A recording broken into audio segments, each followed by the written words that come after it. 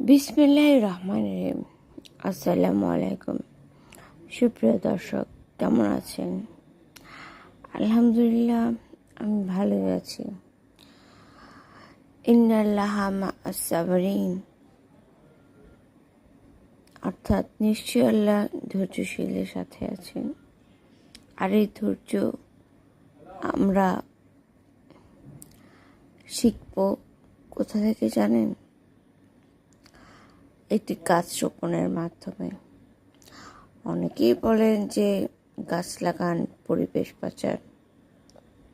আমি এটাতে যেমন বিশ্বাসী, আরও বিশ্বাস করি একটি গাছের ফসল আমাদেরকে ধৈর্যশীল হতে শেখায়।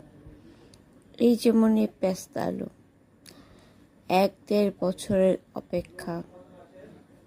তাই গাছ লাগানো মানে ফল লাভ বা বিষমুক্ত খাবার নয়।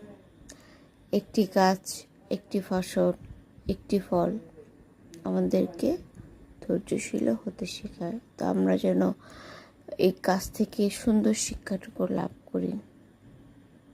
যেমন উপরে ওঠা মানে সার্থকতা না, সার্থকতা মানে নিজেকে যে কোনো পরিবেশের সাথে খাপ খাইয়ে নেওয়া।